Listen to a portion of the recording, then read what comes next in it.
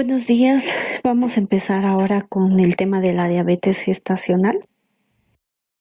Es muy importante antes de seguir con el tema de recordar la definición de diabetes mellitus.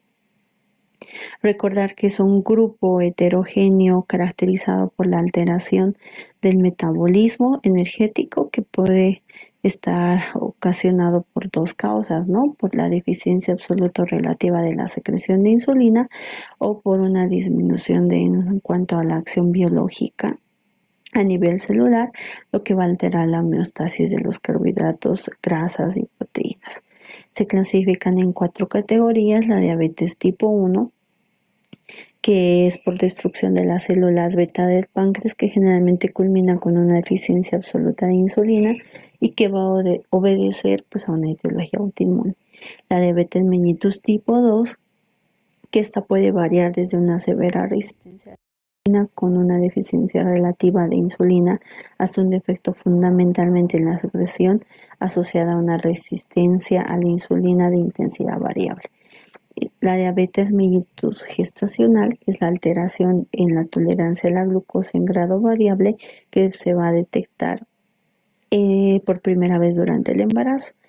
Y otros tipos de diabetes, que estos son por defectos congénitos en la función de las células betas del páncreas o de la insulina, enfermedades del páncreas, una diabetes inducida por fármaco u otros síndromes genéticos. Existen factores de riesgo para el desarrollo de diabetes mellitus en individuos asintomáticos, como ser el sobrepeso, obesidad, el sedentarismo, el antecedente familiar de diabetes mellitus de primer grado, etnia. Se dice que los afroamericanos, los latinos, los nativos americanos y de islas del Pacífico, pues tienen mayor riesgo de presentar diabetes mellitus. El antecedente de un recién nacido con peso mayor o igual a 4.000 gramos, el antecedente personal de diabetes mellitus gestacional, la hipertensión arterial mayor o igual a 140-90 milímetros de mercurio, mujeres con síndrome de ovario poliquístico y resistencia a la insulina y una historia de enfermedad cardiovascular. En el embarazo existen modificaciones metabólicas que ocurren normalmente. Estos cambios hormonales propios del embarazo van a tener un efecto muy importante en la aparición de la resistencia a la insulina en tejidos que pues son metabólicamente más activos, como ser el tejido adiposo, el músculo esquelético, en los que la utilización de está mediada por la insulina se va a reducir hasta un 40%. Y esto ocurre generalmente a partir de la semana 20 de gestación, y con un incremento de riesgo de hiperglucemia y de desarrollo de diabetes gestacional después de esta etapa.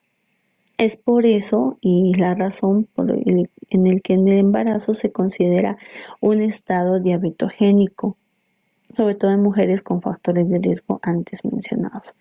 En el embarazo se van a producir cambios metabólicos maternos que van a permitir la adaptación entre la modalidad de alimentación intermitente de la madre y la continua fetal, pues que ocurre a través de la placenta.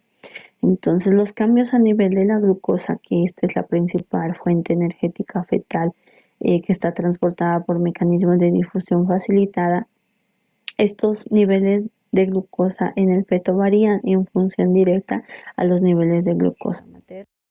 Entonces, desde la fecundación se va a iniciar un aumento de la utilización de la glucosa por parte del feto, alcanzando hasta un 6 miligramos kilogramo minuto al final de la gestación.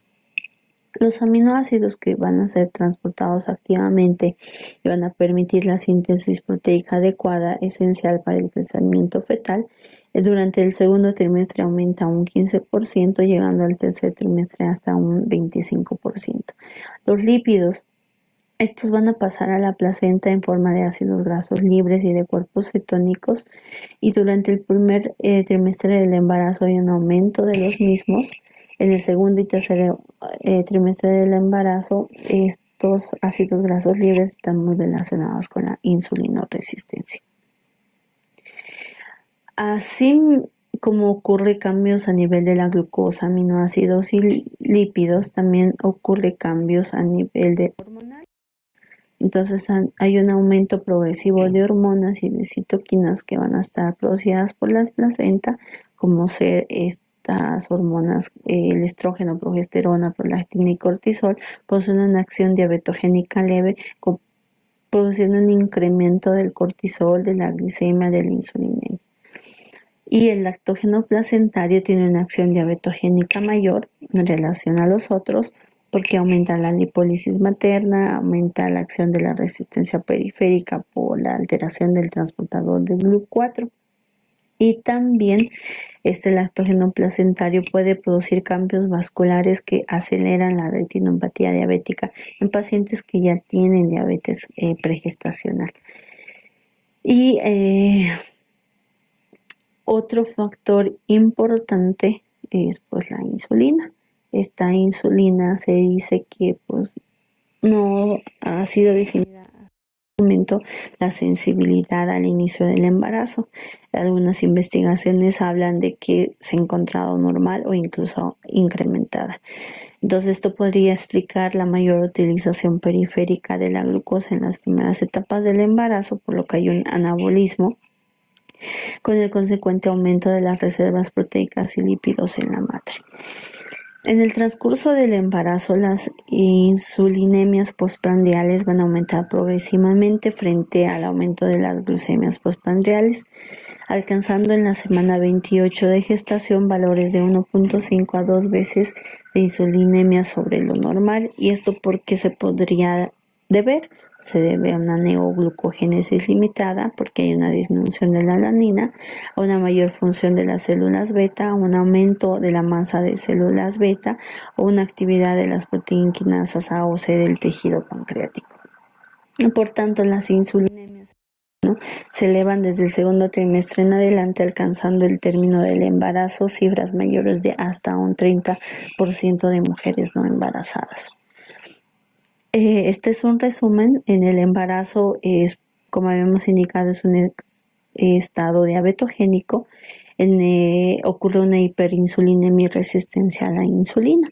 En el primer trimestre y parte del segundo trimestre hay un incremento en la sensibilidad a la insulina producido por las hormonas, en este caso los niveles elevados de estrógenos. En el segundo y tercer trimestre del embarazo hay un incremento en la resistencia a la insulina por el lactógeno placentario, por la progesterona, por las leptinas, prolactina, cortisol y adiponectina, conllevando una hiperglucemia materna y consecuentemente a una hiperinsulinemia fetal. La diabetes pregestacional habíamos indicado que es un tipo de diabetes mellitus que se la diagnostica antes del inicio del embarazo. Entonces esta puede ser en forma de intolerancia a la glucosa, llamada como prediabetes, puede ser en forma de diabetes tipo 1, tipo 2 o otros tipos de diabetes. Entonces, para el diagnóstico de la diabetes pregestacional, pues nos ayudamos de 3 pruebas, que es la glucemia en ayuno, cuyo valor normal es de 100 a 125 miligramos de decilitro. La hemoglobina glucosilada, su valor normal de 6 a 6.5, y la curva tolerancia oral a la glucosa, que su valor normal es de 140 y 199 miligramos de decilitro. Entonces, cuando tenemos los valores alterados de estos parámetros, por ejemplo, una hemoglobina glucosilada mayor a o igual a 6.5, una glucemia en ayuno mayor o igual a 26, una curva de tolerancia oral a la glucosa mayor a 200 miligramos, nos habla de una diabetes pregestacional. La clasificación de este tipo de diabetes en el año 1949, dada por Priscilla White, la clasifica en 7 grupos. Y esta doctora, que estuvo preocupada del pronóstico de sus pacientes diabéticas que se embarazaban, elaboró esta clasificación de acuerdo a 4 parámetros: a los años de diabetes, a las complicaciones crónicas de la paciente, al posible resultado en el embarazo y a la sobrevida materno-fetal. Entonces lo divide en 7 grupos, que posteriormente por Franklin es modificado a 8 grupos. Okay. La clase B, grupo B, esta se caracteriza porque tiene 10 a 19 años de evolución y no hay complicaciones vasculares. En el grupo C tiene una evolución también de 10 a 19 años de evolución sin complicaciones vasculares, pero se diferencia del grupo B porque esta sí lleva las pacientes con diabetes pregestacional están con terapia insulínica. El grupo D se caracteriza por retinopatía no proliferativa, el grupo F por nefropatía, el grupo R por retinopatía proliferativa, el grupo F por nefropatía, retinopatía proliferativa, el grupo H por una enfermedad coronaria y el grupo T cuando los pacientes hayan recibido un trasplante renal previo con una evolución mayor a los 20 años. Entonces, en la diabetes pregestacional hay una alteración en el producto de la concepción que puede ocurrir tanto en el primero, segundo y tercer trimestre del embarazo. En el primer trimestre, donde ocurre la organogénesis, hay un mayor riesgo de abortos espontáneos, de una malformaciones congénitas. Y en el segundo y tercer trimestre afectan el crecimiento y desarrollo fetal, presentando muerte fetal, macrosomías, alteraciones metabólicas y respiratorias.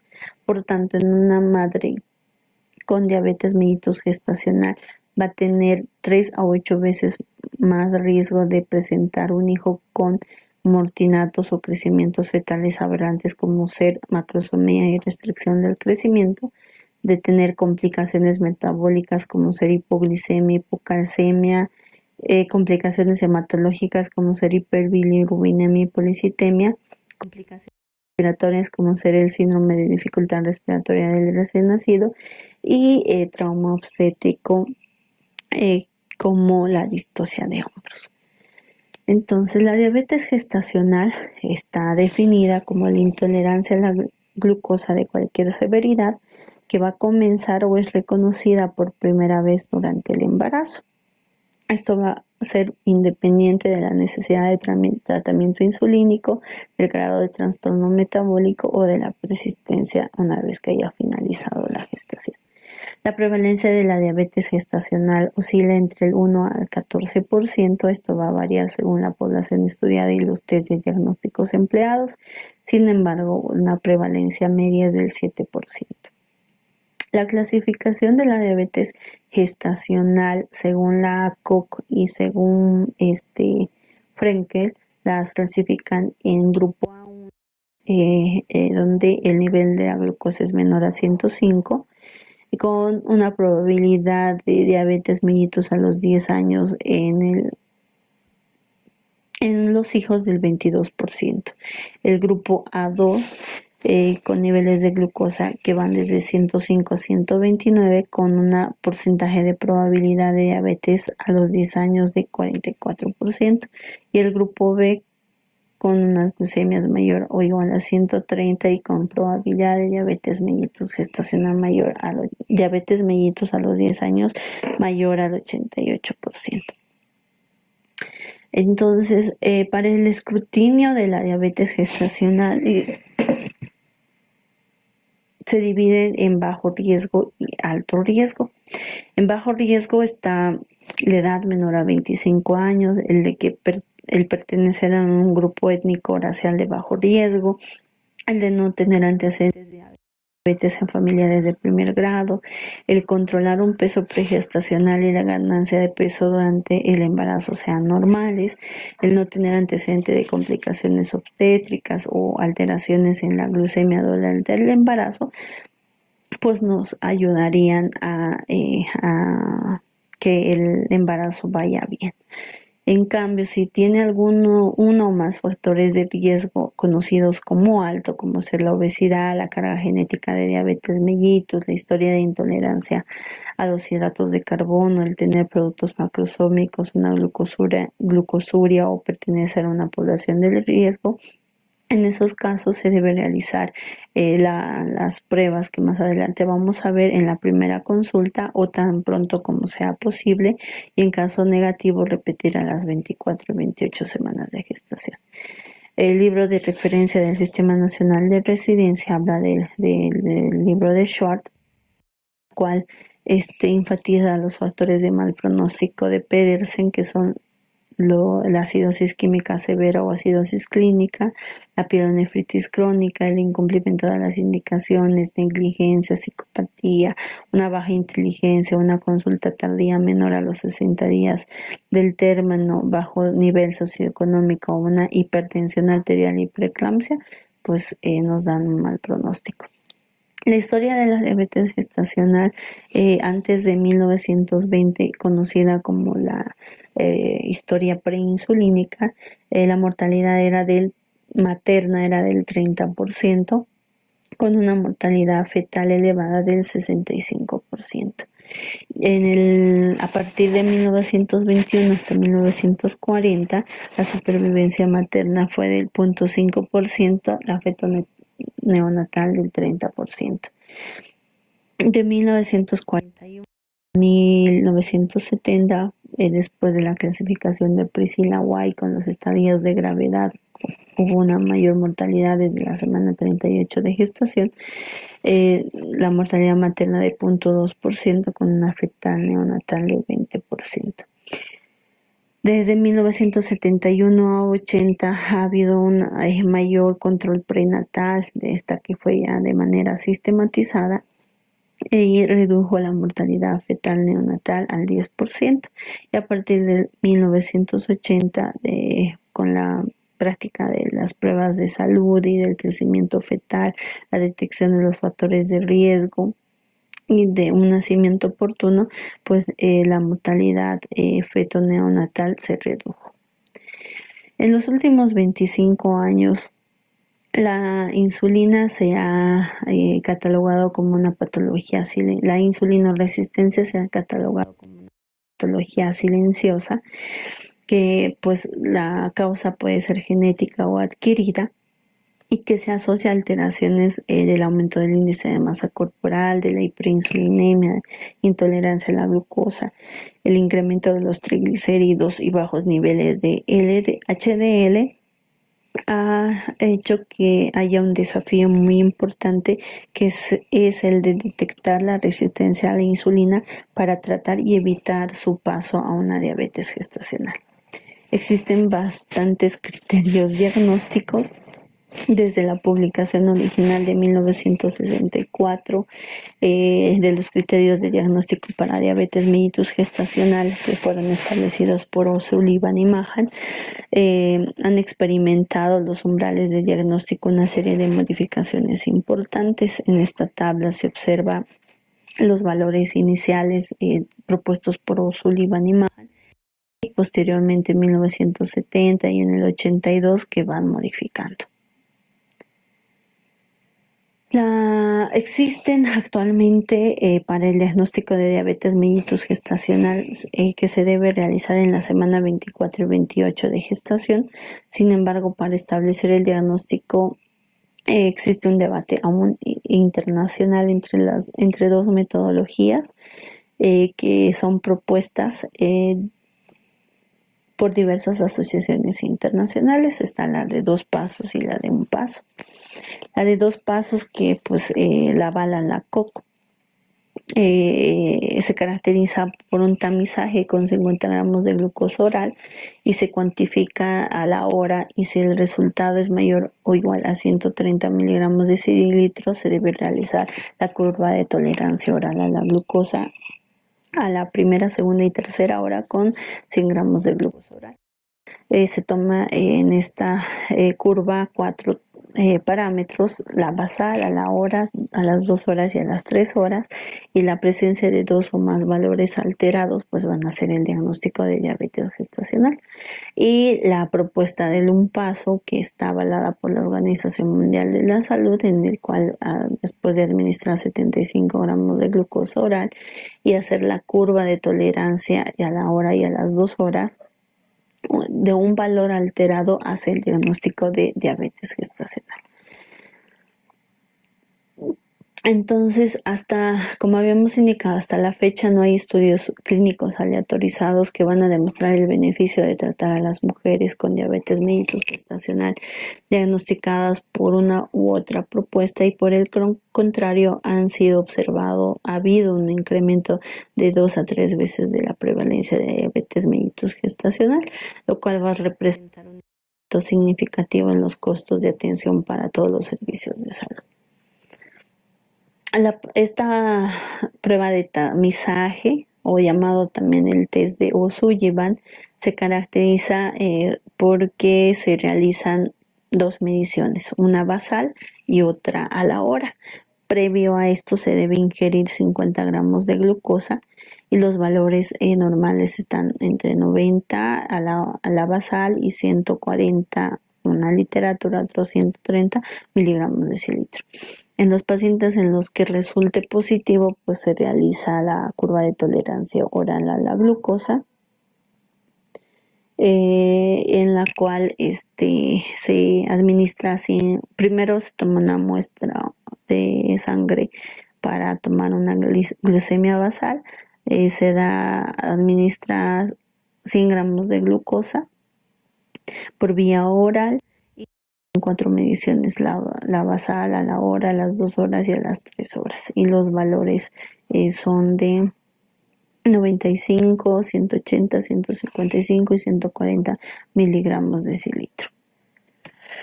Las recomendaciones para la curva de tolerancia oral a la glucosa es que la paciente debe de estar en ayuno de 10 a 12 horas, debe estar en reposo al menos por 30 minutos, debe evitar dormir o realizar ejercicio, deambular, comer o fumar, y la alimentación en los 3 días antes de la prueba debe ser sin ningún tipo de restricción calórica. Debe haber una actividad física habitual, y esta prueba se debe realizar fuera de las hospitalizaciones o sin que haya infecciones o el uso de corticoides.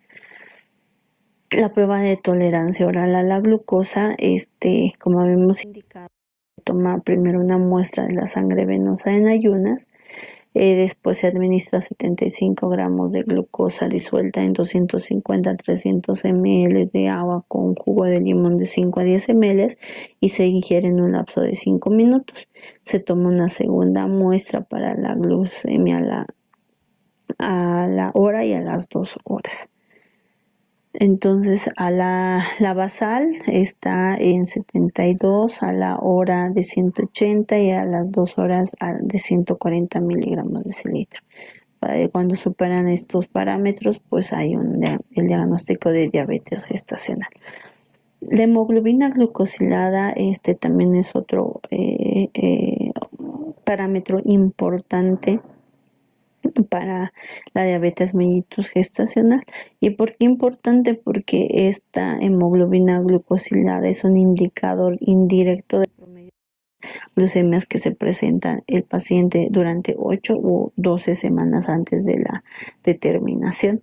Entonces se debe cuantificar por lo menos una vez al trimestre, y es pronóstico para el riesgo de aborto y malformaciones congénitas en pacientes con diabetes mellitus pregestacional. En este cuadro vemos la correlación de los niveles de hemoglobina glicosilada y glucosa plasmática. Lo normal es de menor a 6.6, y acá podemos observar que al tener una hemoglobina del 6%, pues tenemos una glucemia de 126, y a medida que incremente también la glucosa aumenta.